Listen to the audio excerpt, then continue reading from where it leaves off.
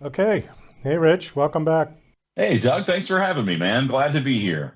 Well, glad to have you back. As we were just talking about, you were on the show just about a year ago. It was July 29 of Wow, that's 2021. almost a year to the day. Yeah, yeah, very interesting. So, Yeah. in that time, I think you've probably been very busy. I looked at your website on Facebook. Cult of Dracula is really, it's huge, yeah? It is. I still don't fully understand how or why it blew up the way that it did, but Cult of Dracula ended up being a top 50 best-selling comic of 2021. That's top 50 best-selling comic overall, not best-selling horror comic, not best-selling indie comic, but literally a top 50 best-selling comic book of 2021. And it has just absolutely exploded in popularity and in sales. And yeah, it keeps me very, very busy traveling, all over the country, signing copies of my book for people. So it's been a really fun and exciting trip, man. I'm really enjoying it, and hope they let me keep doing it for a while. Well, congratulations on that. I think that's fantastic. And I'm also happy that you're out and about because I know COVID put a stop on that for a couple of years to be doing Oh book yeah. signings in person and all of that. So this is more than just one book. This is like a whole series. It's a franchise practically, right? Yeah, you know what? I like the term franchise because that implies that it's going to be continually adapted into other forms of media and licensed T-shirts and action figures and maybe an amusement park one day. I can totally get down with that. So let's definitely call it a franchise. There you go. Cult of Dracula amusement park. Now that is something I think I would go there. I'd go there. I would absolutely go Yeah, there. why not? Let's do Yeah. that on Kickstarter. Well, the reason that I use the word franchise is because I see the Star Wars stuff behind you, and that was probably the biggest franchise of all time for that Mm, for sci-fi, right? Which for sure. which Lucas sold to Disney for what 2 billion, something like that. Something like that. It was a lot of zeros on that check. I know that. Yeah, so he's happy now, retired, playing with his grandkids or whatever he's doing.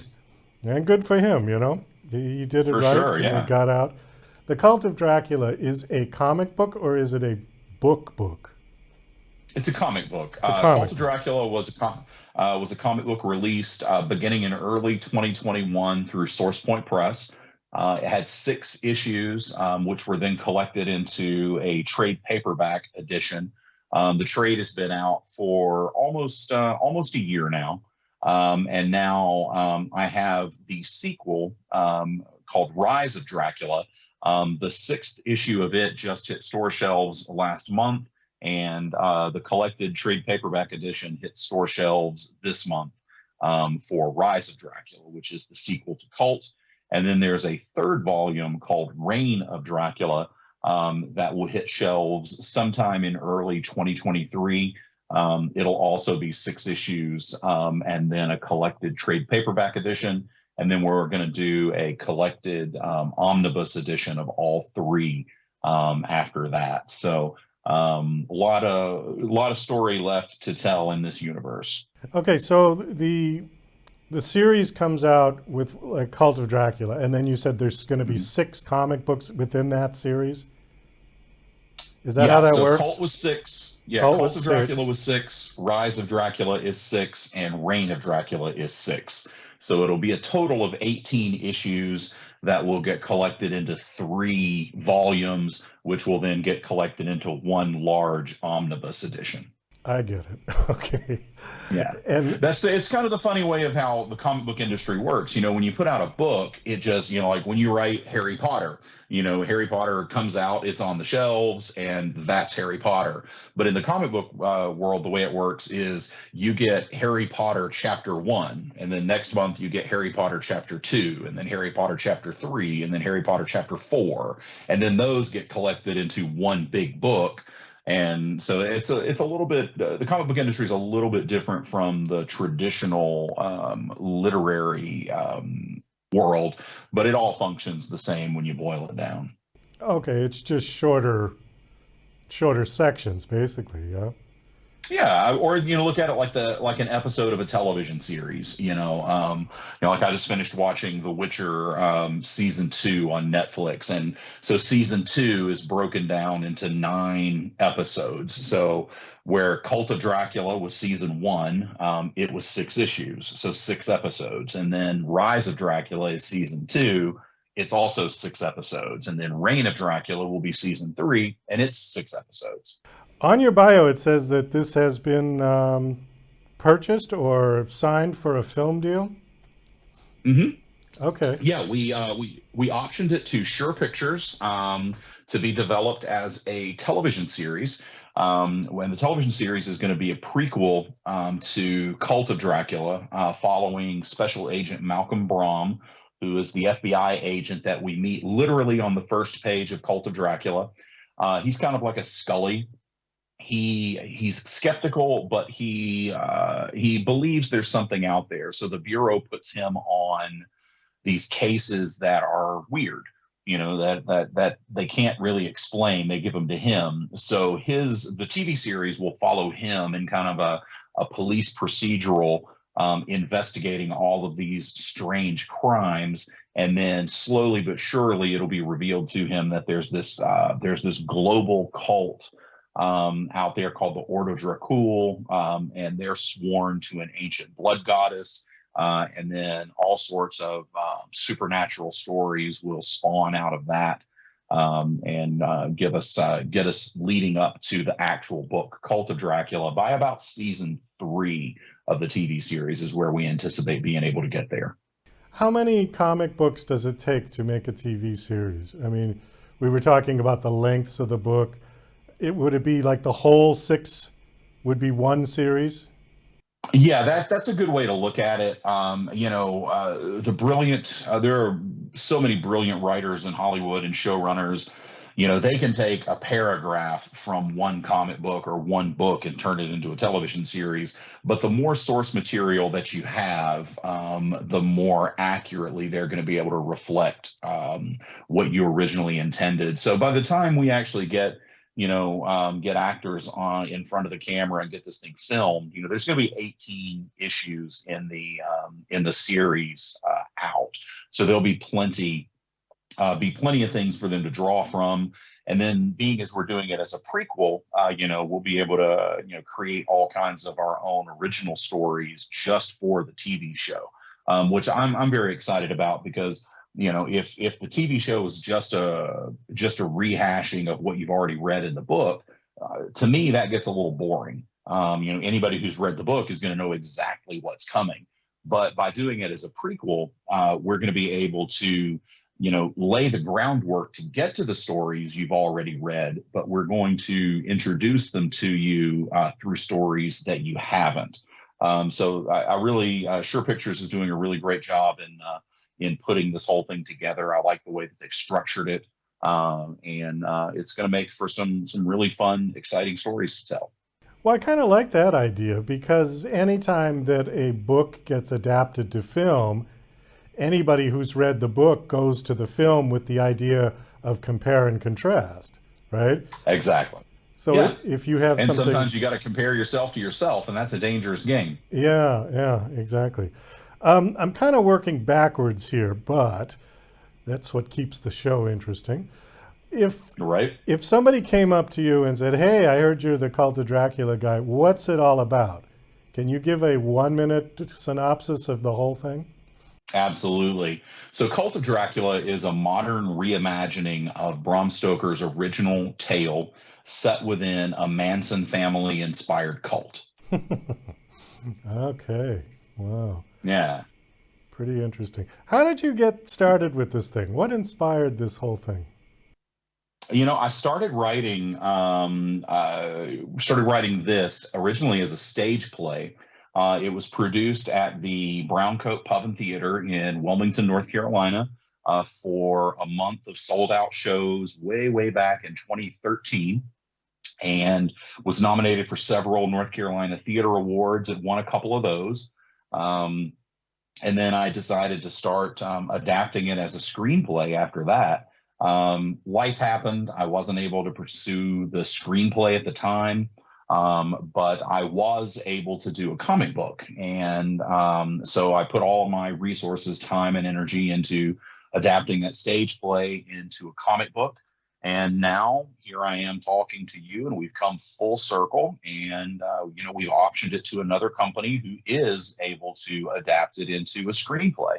So just goes to show you, don't ever give up on your ideas, because something can always happen. It might not be exactly what you intended, but something can definitely happen. What was the time frame from when you did that to now? How long have you been working Um, on this? Total of just about 10 years. I mean, started in, it was on stage in 2013, which meant I was writing it in 2012. And then I started shopping the comic book around in about late 2017, early 2018. And then it actually finally hit shelves in 2021. So, it can take time. I like to tell people the entertainment industry moves very, very slowly until it doesn't.